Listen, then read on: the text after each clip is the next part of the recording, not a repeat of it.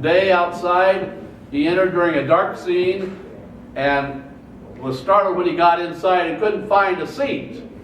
He couldn't see the seats, and he was sort of feeling his way along the aisle. Everybody else's eyes were adjusted. They could see him feeling his way down the aisle.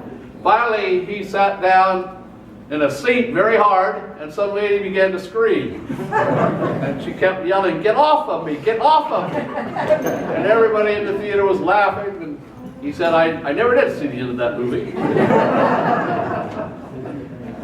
This is at the Strand right here. They actually brought in a plane there. Three of them, right. Three of them, and landed them there, or brought them in onto the street, and so that they could use this for recruiting at one point. And in the background, you can see the bowling alley with the people up above, up there, looking out the window. Right here, close, is Home Appliances. Major Home Appliances was the name of that business. Our next one. Farther down the street there, 28 to 32, is Hefner's Livery Stable, 1897 to 1922. Our next one, there we have one with the Dodge Brothers Motor Car Company, 36 East Winter Street. Now that would have been getting close to the corner there. 38 East Winter Street. Julio's was a restaurant that did not last very long in the community, but it was there for perhaps, I think, 1983 to 85. And notice above the window right here, that type of glass. Well, we have another picture here, I think, to show you. This is that same building, 40 East Winter Street, in 1920. Notice you could bring the car in the front, and I believe you can bring the car in the back of that building. They then moved down the street. There was an electric company here. Am I correct on that, Benny? Yeah. This was the Electric Service Company. Yep. And they worked on automobiles in here. There are, if you're back at the back of this building, at the parking lot back here, and you look back and you see the green door, you can see the door that rolled up, and you could pull the auto in the front, in the back, and I believe this also you could pull out the front. Am I correct? That's right. That you could take the autos in the front and the back. Hotel Bleed, 1901. Right there on the corner of the same building that is there today. Doesn't look much different up at the top. Built as a hotel. Now, I'm going to go way back here into some of our history. In 1859, I want to list some people here and some events of that time period, connected even with this. These people boarded in 1859 at the southwest corner of Winter and Union Street. Well, that would be where this is. I don't believe it. This was the building. I don't believe that building is that old. Anybody know for sure on that? I don't believe it is.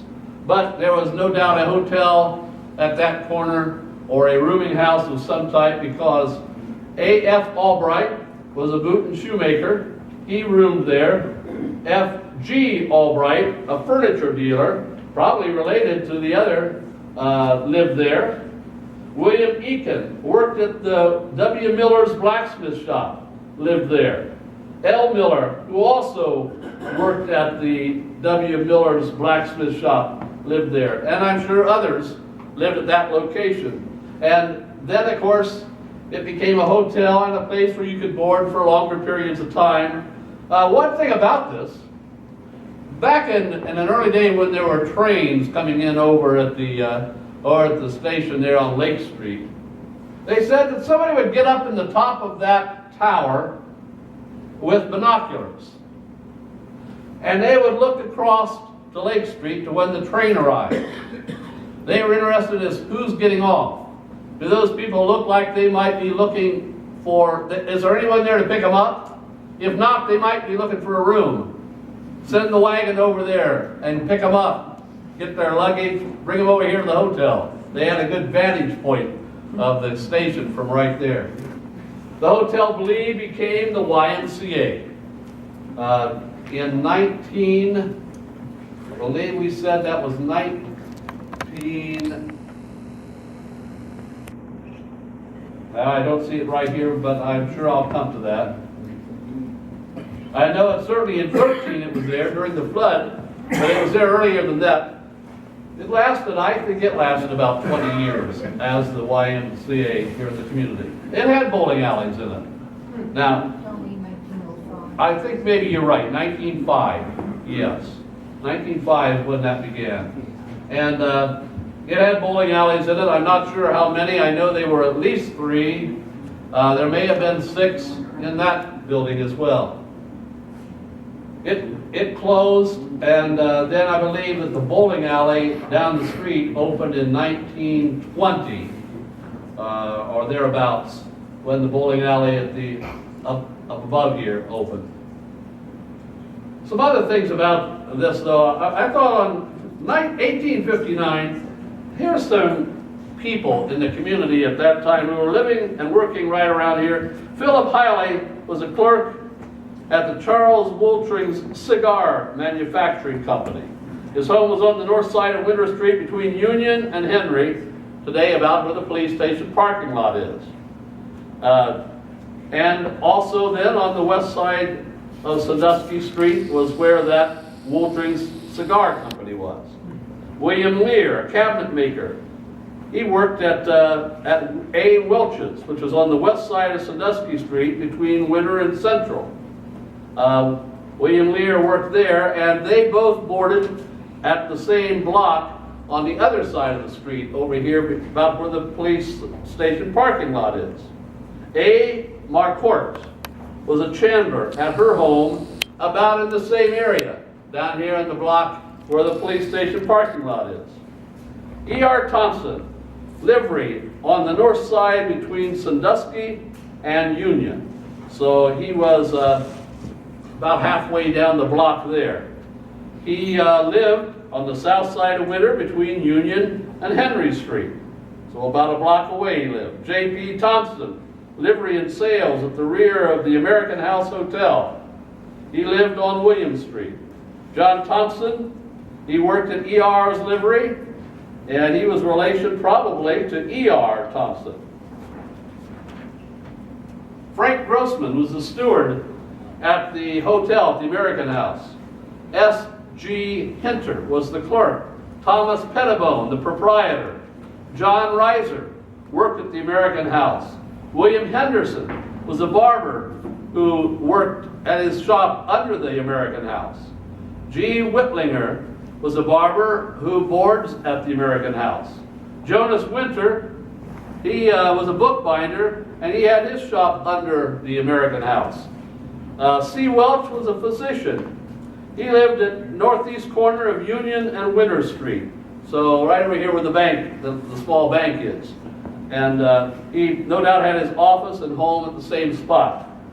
S. Ziegler boarded on the northwest corner of Union and Winter, and he worked for D. Stimmel, and I don't remember who D. Stimmel was, but he had some kind of a shop in 1859. Going down some of the businesses then on this 20 East Winter Street, which would be right beside us. New Method was there in 1905, and at 20 and a half, again, upstairs here, let me see, we're at 22. So right beside us, upstairs, would have been Hop Sing's Laundry. 20, right beside us, would be Breese's Florist, and then Breese's Florist expanded into this. I believe this is part of the refrigeration right here behind you for Breese's Florist. Breese's Florist existed from 1948 to the year 2000. In 1922, there had been an auto sales there. At 22, a couple of the other things. 1901, Central Steam Laundry was here.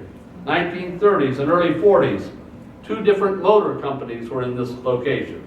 1946 to 70.